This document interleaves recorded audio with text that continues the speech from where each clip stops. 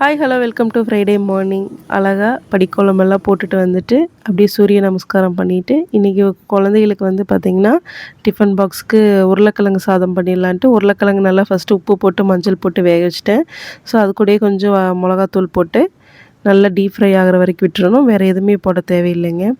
அப்புறம் கூடவே பார்த்திங்கன்னா கொஞ்சம் கோகனட் ஆயில் போட்டுட்டு நேற்று வச்ச பழைய சாம்பார் அப்படியே சூடு பண்ணி எடுத்து வச்சுட்டேன். ஸோ சாப்பாடும் அதுக்கப்புறம் வந்து குக்கரில் கோழி குழம்பு இருந்தது. ஸோ அதை எல்லாமே நல்லா ரெடி பண்ணி வச்சாச்சு. ஸோ ரெடி பண்ணி வச்சுட்டு இட்லி நல்லா சூடாக காலையிலே ஊற்றி வச்சாச்சுங்க. ஊற்றி வச்சுட்டு இந்த உருளைக்கிழங்கு ஃப்ரை அப்படி சாப்பாட்டில் விரவி பொண்ணுங்களுக்கு டிஃபன் போட்டுடலாம் அப்படின்னு சொல்லிட்டு ஸோ டிஃபனை முதல்ல சுடு தண்ணி ஊற்றி அப்படி நல்லா கழுவி எடுத்துட்டு கூடவே சாப்பிட்றக்கு வந்து இட்லியும் கோழி குழம்பு ஊற்றி காலையிலேயே அவங்களுக்கு சாப்பிட்றக்கு கொடுத்துட்டேன். அதுக்கப்புறம் எனக்கு கொஞ்சம் த்ரோட் ரொம்ப பெயினாக இருந்தது மார்னிங்கே. ஸோ சளியெல்லாம் வெளியே வந்துடும், காலையில் நேரம் கொஞ்சம் சுடு தண்ணி குடித்தான்னு சொல்லிட்டு சுடு தண்ணி தான் அப்படியே கொஞ்சம் நேரம் குடிச்சிட்டு அப்படியே ரிலாக்ஸாக உட்காந்துட்டேன். அதுக்கப்புறம் வந்துட்டு பார்த்திங்கன்னா வந்து ரொம்ப அது எப்படி சொல்கிறது, தொண்டையெல்லாம் ரொம்ப புண்ணாயிருச்சுங்க. அந்த ஹெவி டோஸ் மாத்திரையெல்லாம் சாப்பிட்டதுனால 2-3 நாளைக்கு அவ்வளோ இதாக இருந்தது. ஹஸ்பண்டுக்கும் பார்த்திங்கன்னா கொஞ்சம் ஃபீவரிஷ் தான்.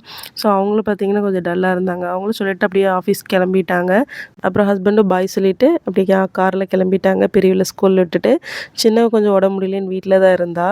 கீழ் வீட்டு பொண்ணு கேரளா போயிட்டு ஓணத்துக்கு பார்த்திங்கன்னா அடப்பிரதம் பாயசம் கேட்டேன். கடைசியில் அல்வா தான் வாங்கிட்டு வந்தாங்க. சரி அதுவும் சூப்பராக இருந்ததுன்னு சொல்லிட்டு பிளேட்டிங் வச்சுட்டு அப்படியே சாப்பிட்டுட்டேங்க. சாப்பிட்டு முடிச்சுட்டு இந்த தாயக்கட்டை வந்து பார்த்திங்கன்னா எங்கள் அம்மாவோட அம்மாவுக்கு காலத்தில் வாங்கின தாயக்கட்டை, பித்தளை தாயக்கட்டை.